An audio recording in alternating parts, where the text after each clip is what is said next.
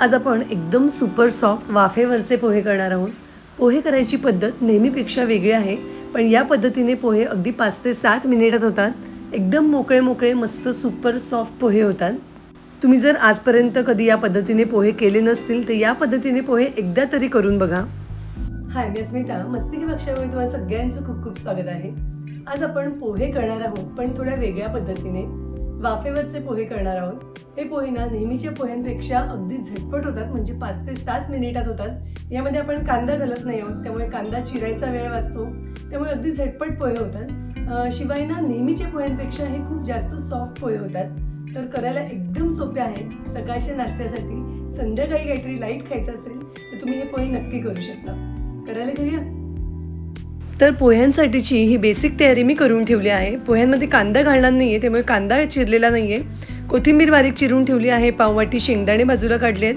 5-6 हिरव्या मिरच्या चिरल्या आहेत। मोहरी, हिंग आणि कढीपत्ता काढून ठेवला आहे।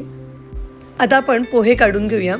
आपल्याला जितक्या लोकांसाठी पोहे करायचे आहेत तितके मूठ पोहे घेतले की साधारण पोहे बरोबर होतात। तर मला तिघांसाठी पोहे करायचे आहेत, म्हणून मी 3 मूठ पोहे घेते आणि वरून अगदी थोडेसे पोहे घेते। पोहे आधी आपण स्वच्छ धुवून घेऊयात। 2-3 पाण्याने पोहे स्वच्छ धुवून घेऊयात। आता तुम्हाला मी एकदाच पोहे धुवून दाखवलेले आहेत, पण नळाखाली अजून एकदा दोनदा मी पोहे धुवून घेते। पोहे 2-3 पाण्याने स्वच्छ धुवून घेतले आहेत। पोह्यांना आता मी मीठ आणि साखर लावून घेते। आमच्याकडे पोह्यांमध्ये थोडी साखर घातलेली आवडते, म्हणून मी साखर घालते आहे। तुम्हाला जर आवडत नसेल तर साखर नाही घातली तरी चालू शकतं। चवीपुरता मीठ घातलं आहे। साधारण 1 चमचाभर साखर घातली आहे। साखर आणि मीठ पोह्यांना अगदी व्यवस्थित लावून घेते। तुम्हाला आवडत असेल तर तुम्ही याला थोडासा लिंबाचा रसही लावून घेऊ शकता। पोह्यांना साखर मीठ व्यवस्थित लावून घेतलं आहे। पोहे भिजतायत तोपर्यंत गॅसवर मी एका भांड्यामध्ये पाणी उकळायला ठेवलं आहे। यावर झाकण ठेवते, म्हणजे पाणी पटकन गरम होईल। तुम्ही चॅनलवर नवीन असाल आणि पहिल्यांदाच माझा व्हिडिओ बघत असाल तर अशा हेल्दी आणि इन्स्टंट रेसिपीज पाहण्यासाठी चॅनलला नक्की सबस्क्राईब करा। बाजूला असलेलं बेल आयकनही क्लिक करा, म्हणजे यानंतर येणाऱ्या प्रत्येक व्हिडिओचं नोटिफिकेशन तुम्हाला मिळेल। हा व्हिडिओ तुम्हाला आवडला तर लाईक करा आणि आपल्या मित्रमैत्रिणींसोबत नक्की शेअर करा। पाण्याला अशी थोडी उकळी आली की यावर मी आता पोह्यांची चाळणी ठेवते आणि हे पोहे मी दुसऱ्या गॅसवर वाफायला ठेवते। मीडियम फ्लेमवर 5 ते 7 मिनिट आपल्याला पोहे वाफवून घ्यायचे आहेत। पोह्यांवर झाकण ठेवते आणि या गॅसवर आता आपण पोह्यांवर ओतण्यासाठीची फोडणी करून घेऊया। या पोह्यांमध्ये मी कांदा घालत नाही, त्यामुळे कांदा चिरायचा वेळ वाचतो। कांदा न घालूनही पोहे चवीला खूप छान होतात। फोडणीच्या भांड्यामध्ये 2 चमचे तेल घातलं आहे। 1 चमचाभर मोहरी घातली आहे। मोहरी तडतडली की यामध्ये 3 चिरलेल्या हिरव्या मिरच्या घातल्या आहेत। कढीपत्त्याची पानं घातली आहेत। मस्त खमंग फोडणी तयार झाली। आता यामध्ये मी पाववाटी शेंगदाणे घालते।